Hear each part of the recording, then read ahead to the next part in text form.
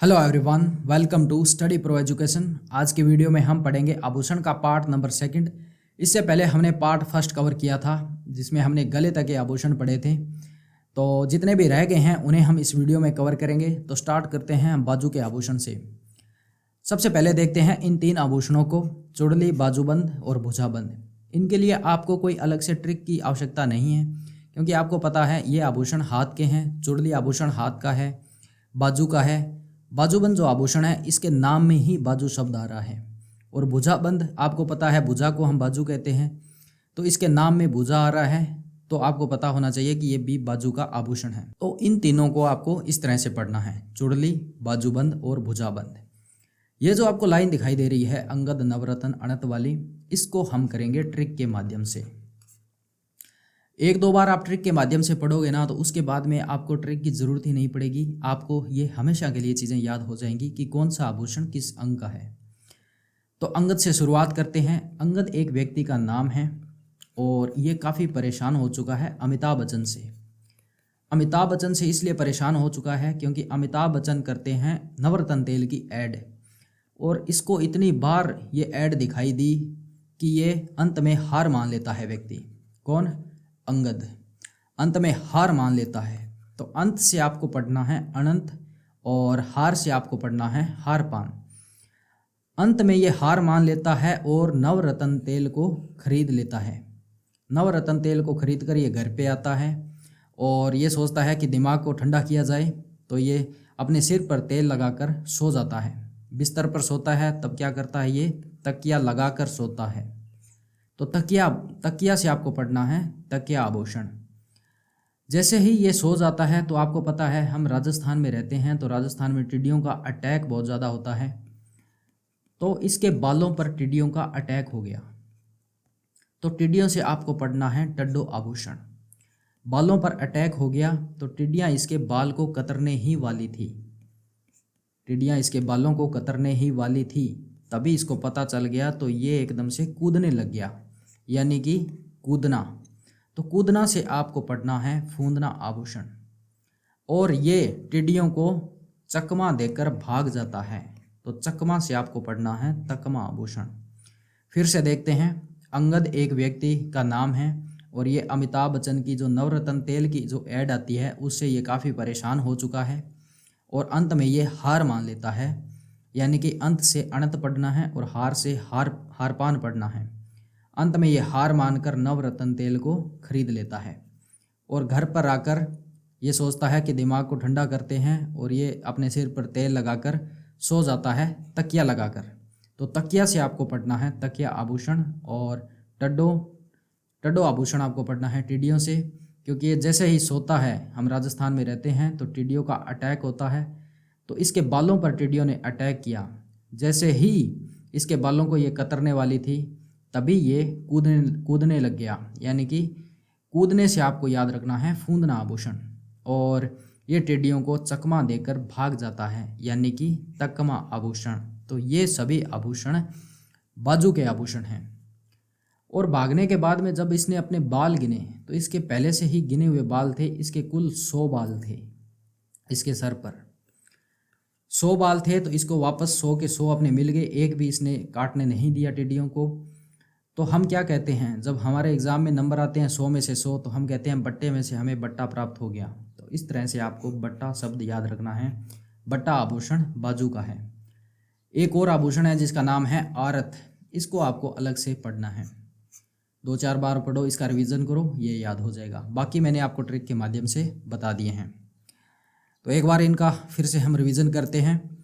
जैसे चुड़ली आभूषण, बाजूबंद आभूषण, भुजाबंद आभूषण, ये सभी हैं बाजू के आभूषण। अंगद, नवरत्न, अणत आभूषण, हारपान आभूषण, तकिया आभूषण, टड्डो आभूषण, कातरियो आभूषण, फूंदना, तकमा और बट्टा और आरत। तो इस तरह से आपको बाजू के आभूषण पढ़ने हैं। अब हम पढ़ेंगे कलाई के आभूषण। यहाँ पर देखिए आप, चूड़ा आभूषण जो है आपको पता है हाथ का आभूषण है।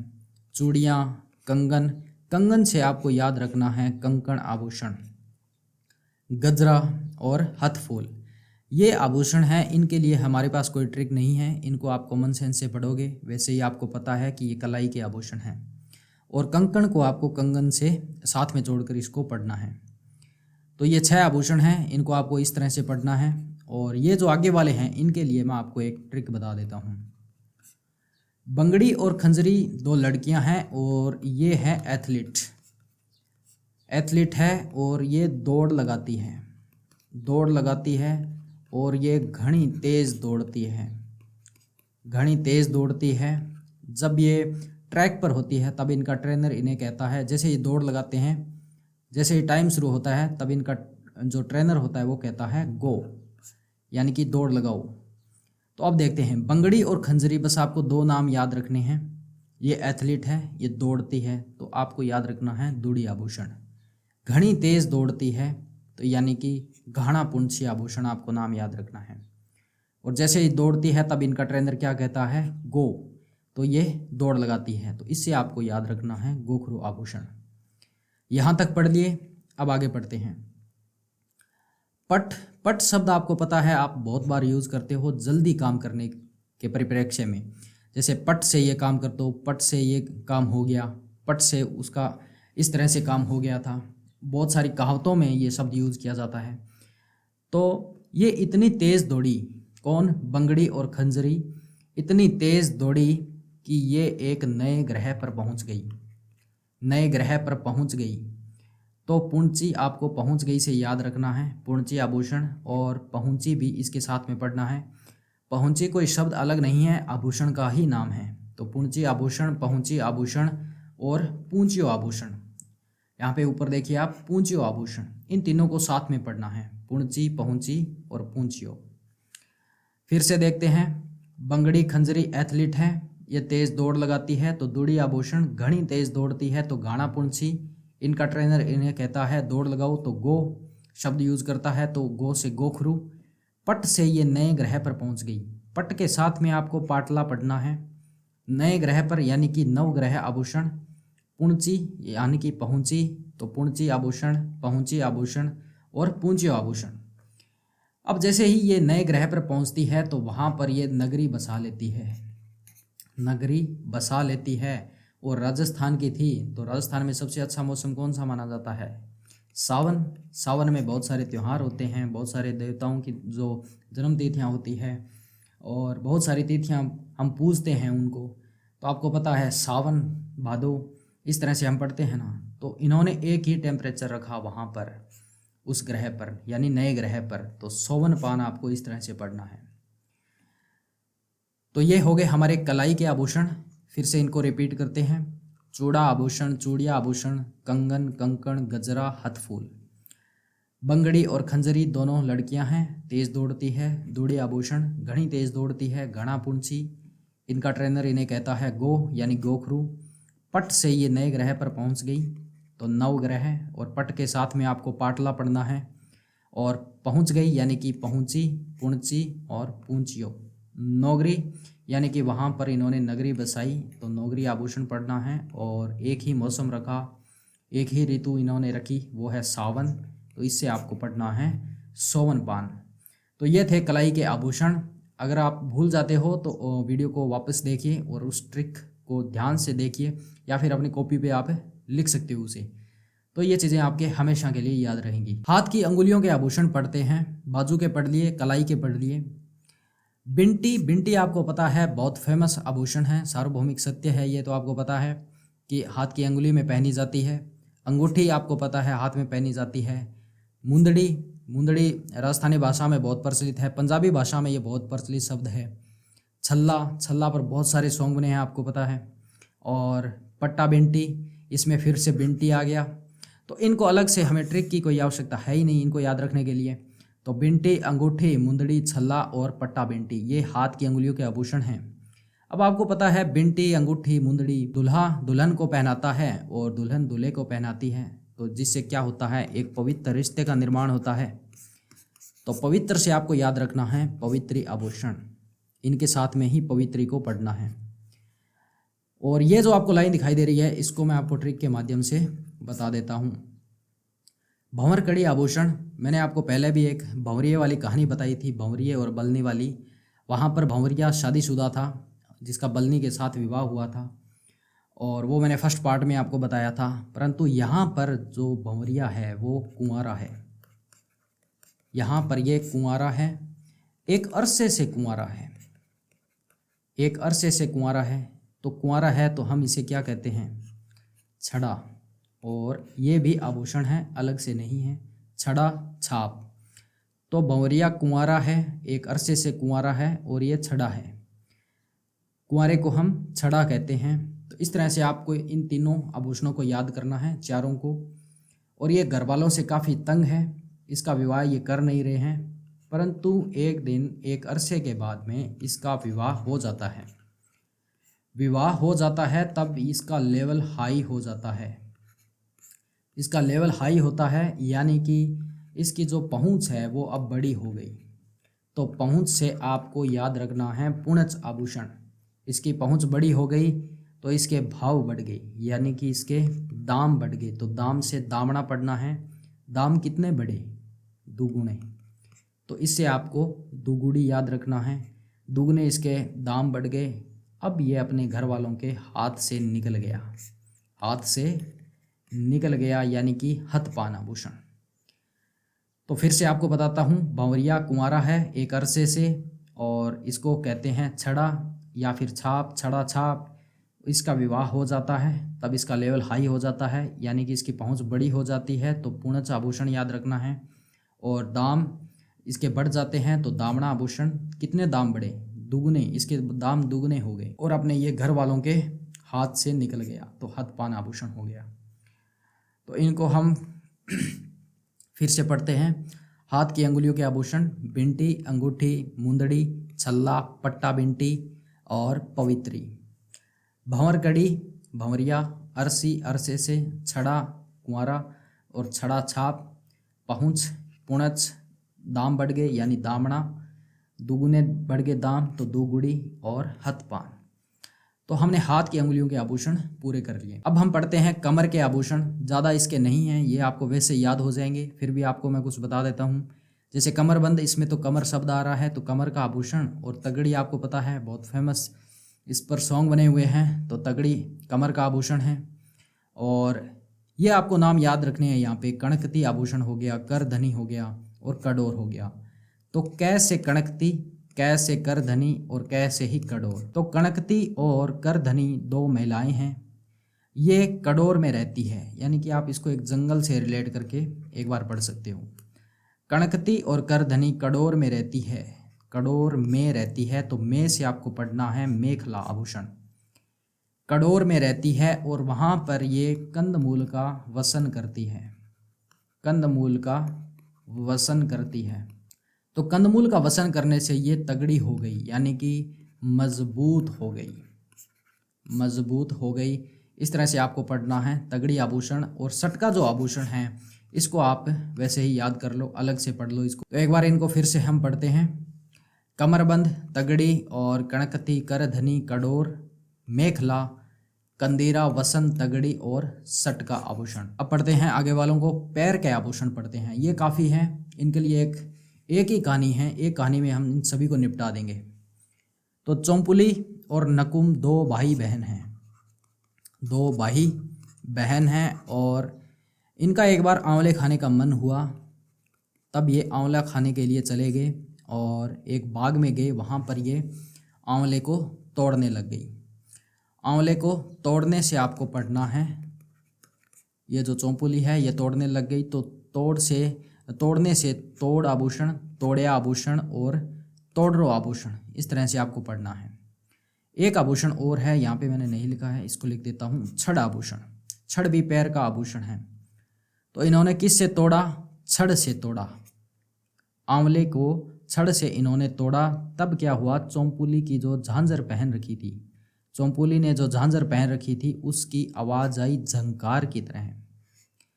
झंकार यानी कि झंकार रतन, झंकार की तरह इसकी आवाज़ आई। तब जो बाग का रखवाला था, एक आदमी, आदमी को इंग्लिश में हम क्या कहते हैं? मैन, और इसका पूरा नाम था हिरना मैन। हिरणामैन जाग गया, परंतु ये बड़े दयालु स्वभाव का था। दयालु स्वभाव का था। इसने सोचा कि इन बच्चों को प्यार से समझाते हैं। तो हिरणामैन ने क्या बुलाया, टोनू को बुलाया। टोनू को बुलाया और लंगर लगवाया। तो टो से पढ़ना है आपको टोडा आभूषण और नू से पढ़ना है आपको नूपुर आभूषण। तो टोनू को बुलाया और एक लंगर का आयोजन किया, यानी कि लंगर आभूषण, और लंगर में इसने लच्छे परांठे का बंदोबस्त किया। तो इसने सभी को लच्छे परांठे खिलवाए, और लच्छा से ही आपको पढ़ना है लछने, लछने। तो लंगर, लच्छा, लछने। आदमी दयालु था, इसलिए इसने लंगर लगवाया, सभी को बुलाया, और इसने सोचा प्यार से समझाऊंगा सभी मान जाएंगे। परंतु यहाँ पर इस आदमी से रहा नहीं गया, और इसका जो दर्द था वो छलक पड़ा, यानी कि छलक पड़ा। आपको आभूषण पढ़ना है। इसका दर्द छलक पड़ा और इसने कड़ा विरोध किया। कड़ा विरोध किया सभी के सामने। किसका? चौंपुली और नकुम का।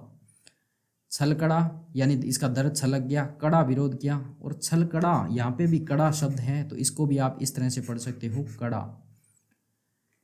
और इसने विरोध वहां पर तो किया, साथ में इसने सोचा कुछ बड़ा सोचते हैं ताकि कभी मेरे कोई दिक्कत नहीं आए, मेरे बाग को नुकसान न पहुंचे। तो इसने नेट का सहारा लिया। नेट पर इसने विरोध किया। तो नेट से आपको पढ़ना है नेवरी आभूषण, और टे से पढ़ना है टणको आभूषण। और जैसे ही मैं टणको आभूषण पढ़ता हूँ ना, तो बीच में मेरे को अणय दिखाई दे रहा है। तो अणय से मैं इन दो आभूषणों को साथ में ही पढ़ लेता हूँ।